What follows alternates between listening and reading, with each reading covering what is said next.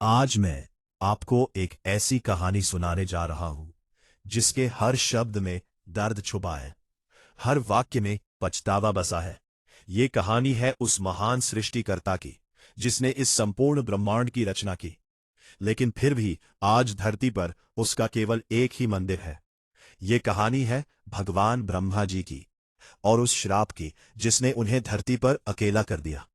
प्रिय दर्शकों, आज की जो कथा है वो अत्यंत ज्ञानवर्धक और प्रेरणादायक है। बिना किसी विलंब के आरंभ करते हैं आज की प्रेरणादायक कथा।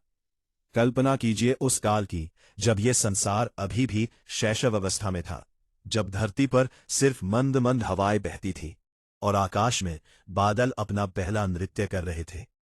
उस समय भगवान ब्रह्मा जी, चार मुखों वाले सृष्टि के रचयिता, अपने ब्रह्मलोक में बैठकर इस नई दुनिया को संवारने में व्यस्त थे। उनके चार मुख, हाँ, वही चार मुख जिनसे चारों वेदों का जन्म हुआ था। जब ब्रह्मा जी ने पहली बार अपनी आंखें खोली थी तो उन्होंने चारों दिशाओं को एक साथ देखने की इच्छा की थी। उस इच्छा से ही उनके चार मुख प्रकट हुए थे। एक मुख से ऊर्ग्वेद, दूसरे से सामवेद, तीसरे से यजुर्वेद और चौथे से अथर्ववेद की उत्पत्ति हुई थी। लेकिन उस समय धरती पर एक संकट मंडरा रहा था। वज्रनाभ नामक एक भयंकर राक्षस ने अपना आतंक फैलाया हुआ था। ये राक्षस इतना शक्तिशाली था कि देवता भी उससे डरते थे। उसकी छाया से ही पृथ्वी कांप जाती थी और उसकी गर्जना से आकाश में तूफान उठ जाते थे। वज्रनाभ का मुख्य लक्ष्य था ब्रह्मा जी के पुत्रों को नष्ट करना। वो जानता था कि अगर वो सृष्टि के मूल को ही नष्ट कर दे तो पूरा संसार उसके नियंत्रण में आ जाएगा। दिन रात वो ब्रह्मा जी के पुत्रों का शिकार करता रहता था। ब्रह्मा जी को जब यह पता चला कि उनके प्रिय पुत्र एक एक करके वज्रनाभ के हाथों मारे जा रहे हैं तो उनका दिल टूट गया। कल्पना कीजिए उस पिता की पीड़ा की जिसने पूरी सृष्टि की रचना की हो लेकिन अपने बच्चों की रक्षा न कर पा रहा हो। ब्रह्मा जी का क्रोध देखने योग्य था। उनके चार मुखों से एक साथ वज्रनाभ के विनाश का संकल्प निकला। उन्होंने अपने हाथ में एक दिव्य कमल लिया। यह कोई साधारण कमल नहीं था, बल्कि उनकी सृजन शक्ति का प्रतीक था। जब ब्रह्मा जी ने उस दिव्य कमल को वज्रनाभ पर फेंका तो पूरा ब्रह्मांड हिल गया। उस कमल में ऐसी शक्ति थी कि वज्रनाभ जैसा शक्तिशाली राक्षस भी उसके सामने टिक नहीं सका। एक ही प्रहार में वज्रनाभ का अंत हो गया। लेकिन यहां कहानी में एक अद्भुत मोड़ आता है। जब वो दिव्य कमल वज्रनाभ से टकराया तो उसकी तीन पंखुड़ियां अलग अलग दिशाओं में गिरी और जहां जहां वे पंखुड़ियां गिरी वहां वहां तीन पवित्र झीलों का जन्म हुआ। पहली झील बनी ज्येष्ठ पुष्कर, दूसरी मध्य पुष्कर और तीसरी कनिष्ठ पुष्कर। लेकिन इन तीनों में सबसे महत्वपूर्ण और पवित्र थी मध्य पुष्कर झील। इस झील का पानी इतना पवित्र था कि उसमें स्नान करने से सभी पाप धुल जाते थे। ब्रह्मा जी जब इस अद्भुत दृश्य को देख रहे थे तो उनके मन में एक विचार आया। उन्होंने सोचा कि यह स्थान इतना पवित्र और शक्तिशाली है कि यहां एक महान यज्ञ करना चाहिए, एक ऐसा यज्ञ जो पूरे संसार की भलाई के लिए हो। यह निर्णय लेकर ब्रह्मा जी ने पुष्कर में अपना निवास बनाया। पद्म पुराण के अनुसार वे यहां 10,000 वर्षों तक रहे। इन 10,000 वर्षों में उन्होंने न सिर्फ इस स्थान को और भी पवित्र बनाया, जब स्थिति बेकाबू होने लगी तो देवराज इंद्र ने एक समाधान सुझाया। उन्होंने कहा, ब्रह्मा जी, आप इस यज्ञ को टाल नहीं सकते। पूरे संसार का कल्याण इस पर निर्भर है। क्यों ना हम किसी और देवी से आपका विवाह करवा दे ताकि यज्ञ पूरा हो सके। ब्रह्मा जी इस सुझाव से बहुत परेशान हुए। वे जानते थे कि यह गलत है, लेकिन पूरे ब्रह्मांड की भलाई के सामने उनकी व्यक्तिगत चिंताएं छोटी लग रही थी। इंद्र ने गायत्री नामक एक सुंदर देवी को बुलाया। गायत्री ज्ञान और विद्या की देवी थी, बहुत ही सुशील और पवित्र। लेकिन वे भी इस अचानक के प्रस्ताव से घबरा गई। मैं यह विवाह नहीं कर सकती, गायत्री ने कहा। यह धर्म के विरुद्ध है। सावित्री जी ब्रह्मा जी की पत्नी है। लेकिन सभी देवताओं ने मिलकर गायत्री को समझाया कि यह कोई साधारण परिस्थिति नहीं है। पूरे ब्रह्मांड की शांति इस यज्ञ पर निर्भर है। अंततः गायत्री मान गई, लेकिन उन्होंने शर्त रखी कि यह विवाह केवल यज्ञ पूरा करने के लिए है। गंधर्व विवाह की रीति से ब्रह्मा जी और गायत्री का विवाह हुआ। यह एक अस्थायी विवाह था जो केवल यज्ञ के उद्देश्य से किया गया था। गायत्री ने ब्रह्मा जी के बगल में बैठकर यज्ञ में भाग लिया। यज्ञ शुरू हुआ। पवित्र मंत्रों की ध्वनि से पूरा आकाश गूंज उठा। अग्निदेव प्रसन्न हुए। लग रहा था कि सब कुछ ठीक हो गया है। लेकिन तभी एक तूफान उठा। आकाश में बादल गरजने लगे। पूरा माहौल तनावपूर्ण हो गया। सावित्री आ रही थी और वे बहुत क्रोधित थीं। जब सावित्री ने यज्ञ स्थली पर पहुंचकर देखा कि उनके पति के बगल में कोई और स्त्री बैठी है, तो उनका क्रोध देखने योग्य था। उनकी आंखों में आग थी। उनके चेहरे पर ऐसा गुस्सा था जैसे प्रलय का समय आ गया हो। ये क्या है? सावित्री की आवाज में इतना दर्द था कि सुनने वालों के दिल दहल गए। मैं थोड़ी देर से आई तो आपने मेरी जगह किसी और को बिठा लिया। ब्रह्मा जी ने समझाने की कोशिश की। सावित्री, ये परिस्थिति की मजबूरी थी। यज्ञ का समय निकल रहा था और पूरे ब्रह्मांड की भलाई। सावित्री ने उन्हें बीच में ही रोक दिया। मैं आपकी पत्नी हूं, आपकी अर्धांगिनी हूं। क्या मेरा कोई सम्मान नहीं है? पूरी यज्ञ सभा में सन्नाटा छा गया। देवता, ऋषि मुनि सभी चुपचाप खड़े थे।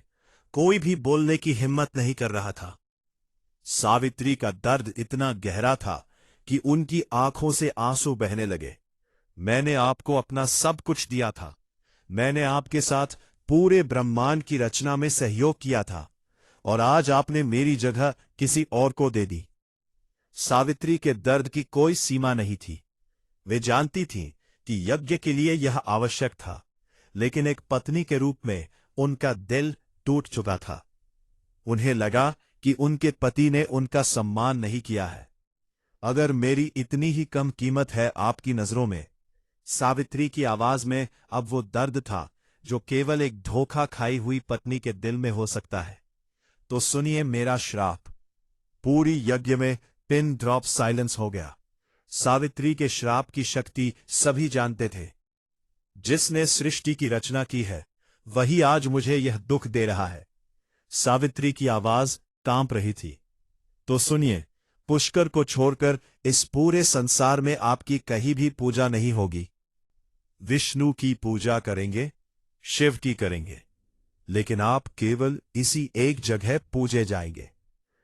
ये श्राप इतना भयानक था कि सभी देवता हैरान रह गए।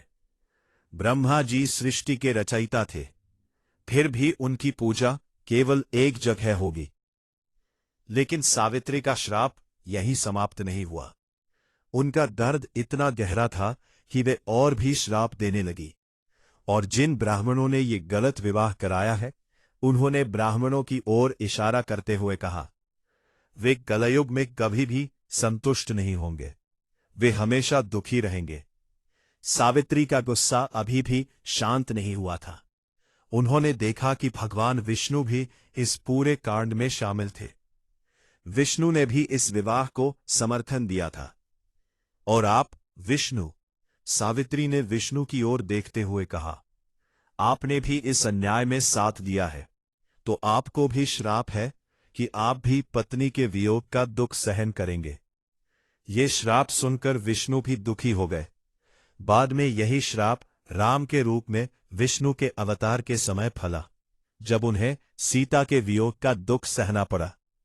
गायत्री, जो अब तक चुप बैठी थी, अब बोली। सावित्री से कहा, माता सावित्री, मैं जानती हूं कि मैंने गलत किया है, लेकिन ये सब पूरे ब्रह्मांड की भलाई के लिए था।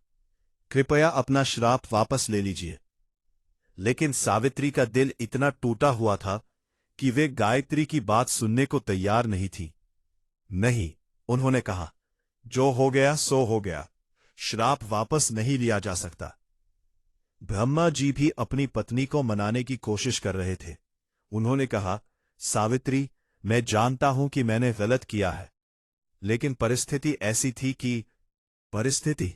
सावित्री ने कहा, क्या परिस्थिति पत्नी के सम्मान से भी बड़ी होती है? क्या परिस्थिति रिश्तों की मर्यादा से भी ऊपर होती है? सावित्री के श्राप के बाद एक अजीब सा माहौल बन गया। यज्ञ तो पूरा हो गया था, लेकिन उसकी खुशी गायब हो गई थी। सभी देवता चुपचाप अपने अपने लोकों को लौट गए। ब्रह्मा जी अकेले रह गए। उन्होंने महसूस किया कि अब से उनकी स्थिति कितनी अजीब हो गई है। वे जो पूरे ब्रह्मांड के रचयिता थे, अब केवल एक जगह पूजे जाएंगे। धीरे धीरे समय बीतता गया। जैसे जैसे युग बदलते गए, सावित्री का श्राप अपना प्रभाव दिखाने लगा। लोग विष्णु के मंदिर बनाते गए, शिव के मंदिर बनाते गए, देवी के मंदिर बनाते गए, लेकिन ब्रह्मा के मंदिर नहीं बनाए। कभी कभार कोई भक्त ब्रह्मा जी का मंदिर बनाने की कोशिश करता, लेकिन किसी न किसी कारण से वो मंदिर पूरा नहीं हो पाता। श्राप की शक्ति इतनी प्रबल थी कि वो हर बार अपना प्रभाव दिखाती। लेकिन पुष्कर में स्थिति अलग थी। यहां श्राप का प्रभाव नहीं था। यहां ब्रह्मा जी की पूजा होती रही। धीरे धीरे पुष्कर एक महान तीर्थ स्थल बन गया। लोग दूर दूर से पुष्कर आने लगे। वे पुष्कर सरोवर में स्नान करते और ब्रह्मा जी के दर्शन करते। जाता है कि पुष्कर में स्नान करने से सभी पाप धुल जाते हैं। कार्तिक पूर्णिमा के दिन यहां एक विशाल मेला लगता है। हजारों लाखों श्रद्धालु यहां आते हैं। यह मेला केवल एक सामान्य मेला नहीं है, बल्कि ये उस सृष्टिकर्ता के सम्मान में है जो अकेला पड़ गया है। 14वीं शताब्दी में एक अद्भुत घटना हुई। कुछ पारक ब्राह्मण परिवारों ने मिलकर निश्चय किया कि वे पुष्कर में ब्रह्मा जी का एक भव्य मंदिर बनाएंगे। ये काम आसान नहीं था। श्राप के कारण कई बाधाएं आती रही, लेकिन उन भक्तों का विश्वास अटूट था। मंदिर का निर्माण शुरू हुआ। हर पत्थर रखते समय, हर दीवार उठाते समय उन निर्माताओं को लगता था जैसे वे केवल एक मंदिर नहीं बना रहे, बल्कि एक अकेले पड़े देवता को घर दे रहे हैं। मंदिर बनकर तैयार हुआ। इसकी स्थापत्य कला अद्भुत थी। लाल पत्थरों से बना यह मंदिर देखने में बहुत सुंदर था। मंदिर के शिखर से पूरा पुष्कर दिखाई देता था। 8वीं शताब्दी में आदि शंकराचार्य भी यहां आए थे। उन्होंने इस मंदिर का जीर्णोद्धार कराया था। बाद में रतलाम के महाराजा जावत राज ने भी इसकी मरम्मत कराई। जब आप पुष्कर के ब्रह्मा मंदिर में प्रवेश करते हैं तो एक अजीब सा एहसास होता है। मंदिर के अंदर ब्रह्मा जी की 4 मुखी मूर्ति स्थापित है। उनके 4 हाथों में 4 वेद है और उनके साथ उनका वाहन हंस भी है। लेकिन जो सबसे दिलचस्प बात है वो ये है कि इस मंदिर में गायत्री की मूर्ति भी है। हाँ, वही गायत्री जिसके साथ ब्रह्मा जी का गंधर्व विवाह हुआ था। ये दृश्य बहुत भावुक है। एक तरफ ब्रह्मा जी है, दूसरी तरफ गायत्री है। लेकिन सावित्री का श्राप अभी भी मंडरा रहा है। कहते हैं कि जब कोई सच्चा भक्त इस मंदिर में प्रार्थना करता है तो उसे ब्रह्मा जी के चेहरे पर एक अजीब सा दुख दिखाई देता है। ये दुख उस पत्नी के श्राप का है जिसका दिल टूट गया था। एक दिलचस्प बात यह है कि पुष्कर में सावित्री का भी एक मंदिर है, लेकिन वो पहाड़ी की चोटी पर अलग स्थान पर बना है। ये मंदिर रत्नागिरी पहाड़ी पर स्थित है, जहां से पूरा पुष्कर शहर और ब्रह्मा मंदिर दिखाई देता है। जब आप इस पहाड़ी पर चढ़ते हैं तो एक अजीब सा एहसास होता है। लगता है जैसे सावित्री अभी भी वही खड़ी है, दूर से अपने पति के मंदिर को देख रही है। सती दूर भी नहीं जा सकती। यह है प्रेम और क्रोध के बीच की वह दूरी जो कभी पाटी नहीं जा सकती। स्थानीय लोग कहते हैं कि जब सूर्यास्त होता है तो सावित्री मंदिर से ब्रह्मा मंदिर की रोशनी साफ दिखाई देती है। यह दृश्य इतना भावुक होता है कि देखने वाले की आंखों में आंसू आ जाते हैं। यह अधूरे प्रेम की कहानी, जहां 2 प्रेमी एक ही शहर में रहते हैं लेकिन मिल नहीं सकते। सदियां बीत गईं, युग बदले, राजा बदले, साम्राज्य बदले, लेकिन पुष्कर में ब्रह्मा जी की पूजा निरंतर चलती रही। हर दिन सैकड़ों श्रद्धालु यहां आते हैं। वे पुष्कर सरोवर में स्नान करते हैं, 52 घाटों पर जाकर प्रार्थना करते हैं और फिर ब्रह्मा मंदिर में दर्शन के लिए जाते हैं। कार्तिक पूर्णिमा के समय यहां का दृश्य अविस्मरणीय होता है। पूरा शहर श्रद्धालुओं से भर जाता है। दीपावली के बाद आने वाली इस पूर्णिमा को यहां कार्तिक स्नान कहा जाता है। माना जाता है कि इस दिन पुष्कर सरोवर में स्नान करने से सारे तीर्थों का फल मिल जाता है। लेकिन सबसे दिलचस्प बात यह होती है कि जब भक्त ब्रह्मा जी के सामने प्रार्थना करते हैं तो वे केवल अपने लिए कुछ नहीं मांगते।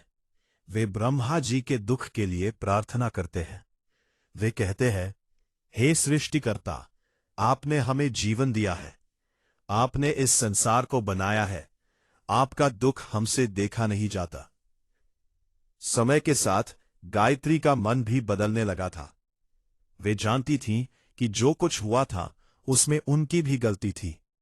उन्होंने सावित्री की जगह लेकर उन्हें दुख दिया था, भले ही वो परिस्थितिवश हुआ हो। गायत्री अक्सर ब्रह्मा जी से कहती थीं, प्रभु, मैं जानती हूं कि आप सावित्री को याद करते हैं। मैं केवल एक छाया हूं, आपकी असली अर्धांगिनी तो वे है। ब्रह्मा जी भी दुखी होते। वे जानते थे कि गायत्री निर्दोष थी। उन्होंने तो केवल पूरे ब्रह्मांड की भलाई के लिए यह निर्णय लिया था। लेकिन परिणाम इतना कष्टकारी हुआ था कि वे कुछ नहीं कह सकते थे। गायत्री से ब्रह्मा जी कहते, तुमने कोई गलती नहीं की है, गलती मेरी थी। मुझे अधिक धैर्य रखना चाहिए था। मुझे सावित्री का और इंतजार करना चाहिए था। हजारों वर्ष बीत जाने के बाद एक दिन सावित्री के मन में भी परिवर्तन आया। वे देख रही थीं कि उनके श्राप के कारण ब्रह्मा जी कितने अकेले हो गए हैं। पूरे संसार में केवल पुष्कर में ही है, ब्रह्मा मंदिर में ही उनकी पूजा होती है। एक शाम जब सूर्यास्त हो रहा था, सावित्री ने अपने मंदिर से ब्रह्मा मंदिर की रोशनी देखी। उस रोशनी में उन्हें अपने पति का अकेलापन दिखाई दिया। उनका दिल पिघल गया। हे भगवान, सावित्री ने मन में कहा, मैंने अपने क्रोध में क्या कर दिया? मैंने अपने पति को, जो पूरे संसार के रचयिता है, इतना अकेला कर दिया। उस रात सावित्री को नींद नहीं आई। वे बार बार सोच रही थीं कि क्या उन्होंने सही किया था। हां, उनके साथ अन्याय हुआ था, उनका सम्मान नहीं किया गया था। लेकिन इतना बड़ा श्राप देना क्या सही था? उसी रात ब्रह्मा जी को भी एक स्वप्न आया। उन्होंने देखा कि सावित्री उनके पास आई है। वे रो रही हैं और कह रही हैं, मुझे माफ कर दीजिए, मैंने क्रोध में आकर आपको बहुत दुख दिया है। ब्रह्मा जी ने स्वप्न में कहा, सावित्री, गलती मेरी थी। मुझे तुम्हारा सम्मान करना चाहिए था।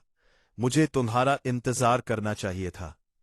जब दोनों की नींद खुली तो उन्हें एहसास हुआ कि ये केवल स्वप्न नहीं था, ये एक दिव्य संदेश था। उस दिन से दोनों के मन में एक दूसरे के प्रति प्रेम फिर से जागने लगा। पुष्कर के भक्तों ने भी महसूस किया कि कुछ बदलाव हो रहा है। वे देख रहे थे कि ब्रह्मा जी की मूर्ति में एक नई चमक आ गई है। सावित्री मंदिर से भी एक सकारात्मक ऊर्जा निकल रही है। भक्तों ने मिलकर निश्चय किया कि वे एक विशेष प्रार्थना करेंगे, थे कि ब्रह्मा जी और सावित्री के बीच फिर से प्रेम हो जाए। कार्तिक पूर्णिमा के दिन हजारों भक्तों ने मिलकर एक साथ प्रार्थना की। उन्होंने कहा, हे ब्रह्मा जी, हे माता सावित्री, आप दोनों के बिना यह संसार अधूरा है। कृपया अपने मन में प्रेम को फिर से जगाइए। यह प्रार्थना इतनी शक्तिशाली थी कि पूरा पुष्कर दिव्य प्रकाश से भर गया। उस रात सावित्री ने एक महत्वपूर्ण निर्णय लिया। वे अपने अहंकार को छोड़कर ब्रह्मा जी के पास जाना चाहती थी। लेकिन हजारों वर्ष बाद पहली बार पहाड़ी से उतरना आसान नहीं था। पहाड़ी की तलहटी में पहुंचते ही सावित्री को लगा जैसे एक भारी बोझ उनके कंधों से उतर गया हो। वे धीरे धीरे ब्रह्मा मंदिर की ओर बढ़ी। उधर ब्रह्मा जी भी महसूस कर रहे थे कि सावित्री आ रही है। उनका दिल तेजी से धड़क रहा था। हजारों वर्ष बाद वे अपनी प्रिय पत्नी से मिलने वाले थे। गायत्री ने भी यह महसूस किया। उन्होंने ब्रह्मा जी से कहा, प्रभु, माता सावित्री आ रही है, अब मेरा यहां रहना उचित नहीं है। नहीं गायत्री, ब्रह्मा जी ने कहा, तुम भी मेरी पत्नी हो, समान रूप से महत्वपूर्ण हो। जब सावित्री मंदिर के द्वार पर पहुंची तो पूरा माहौल भावुकता से भर गया। ब्रह्मा जी उठकर खड़े हो गए। हजारों वर्षों बाद पति पत्नी आमने सामने थे। मुझे माफ कर दो, ब्रह्मा जी की आवाज में दर्द था। मैंने तुम्हारे साथ अन्याय किया था। सावित्री की आंखों में आंसू थे। नहीं प्रभु, गलती मेरी थी। मैंने क्रोध में आकर आपको श्राप दे दिया। मैंने आपको इतना अकेला कर दिया। गायत्री भी आगे आई। माता सावित्री, मुझे भी माफ कर दीजिए। मैंने आपकी जगह लेकर आपको दुख दिया। सावित्री ने गायत्री के सिर पर हाथ रखा। बेटी, तुमने कोई गलती नहीं की। तुमने तो पूरे संसार की भलाई के लिए यह स्वीकार किया था। उस पल जो दृश्य था वो अवर्णनीय था। तीनों देवी देवता एक साथ खड़े थे, ब्रह्मा जी, सावित्री और गायत्री। सावित्री ने एक गहरी सांस ली और कहा, आज मैं अपना श्राप वापस लेना चाहती हूं। लेकिन ब्रह्मा जी ने रोक दिया। नहीं सावित्री, श्राप को वापस लेने की जरूरत नहीं है। ये सुनकर सभी हैरान हो गए। ब्रह्मा जी ने आगे कहा, महत्वपूर्ण सबक सिखाया है। मैंने सीखा है कि रिश्तों का सम्मान सबसे बड़ा धर्म है। मैंने सीखा है कि किसी भी काम के लिए अपने प्रियजनों का दिल नहीं दुखाना चाहिए। और ब्रह्मा जी ने मुस्कुराते हुए कहा, पुष्कर में मुझे जो प्रेम मिलता है वो पूरे संसार के मंदिरों से कहीं अधिक है। यहां के भक्त मुझसे वास्तविक प्रेम करते हैं। वे मेरे दुख को समझते हैं। उस दिन से पुष्कर में एक नया माहौल बन गया। ब्रह्मा मंदिर में अब तीनों की मूर्तियां एक साथ स्थापित की गई। ब्रह्मा जी के साथ सावित्री और गायत्री दोनों। सावित्री ने अपना मंदिर पहाड़ी पर ही रखा, लेकिन अब वे नियमित रूप से नीचे आकर ब्रह्मा जी से मिलती रही। उनके बीच की दूरी मिट गई थी।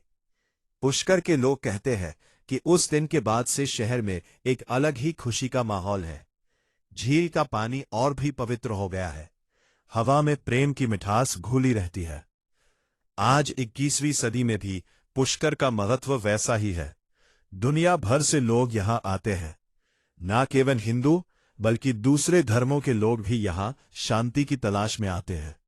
विदेशी पर्यटक भी यहां आकर मंत्रमुग्ध हो जाते हैं। वे कहते हैं कि पुष्कर में कुछ अलग बात है।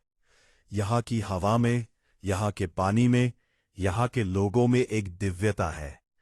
आधुनिक वैज्ञानिक भी मानते हैं कि पुष्कर झील का पानी वास्तव में अलग है। इसमें कुछ खनिज पदार्थ है जो इसे विशेष बनाते हैं। लेकिन भक्त जानते हैं कि ये केवल खनिज पदार्थों की बात नहीं है। ये उस प्रेम की शक्ति है जो यहां बसी है। आज जब भी आप पुष्कर जाए तो वहां केवल दर्शन के लिए ना जाए। वहां जाकर महसूस कीजिए कि प्रेम की शक्ति कितनी बड़ी होती है। समझिए कि रिश्तों में सम्मान कितना जरूरी है। पुष्कर की झील में स्नान करते समय ये याद रखिए कि ये पानी केवल आपके शरीर को साफ नहीं कर रहा, बल्कि आपके मन के सहारे बुरे विचार भी धो रहा है। ब्रह्मा मंदिर में दर्शन करते समय ये सोचिए कि आपके सामने वह देवता खड़े हैं जिन्होंने आपको जीवन दिया है, जिन्होंने इस पूरे संसार की रचना की है, और आज भी वे आपसे उतना ही प्रेम करते हैं जितना पहले दिन करते थे। अगर आपको यह कहानी पसंद आई है तो कृपया हमारे चैनल दर्पण को सब्सक्राइब कर लें और इस कहानी को लाइक और शेयर करें। आप अपनी राय कमेंट बॉक्स में दे सकते हैं, जो हमारी प्रस्तुति को बेहतर करने में सहायक होगा। राधे राधे।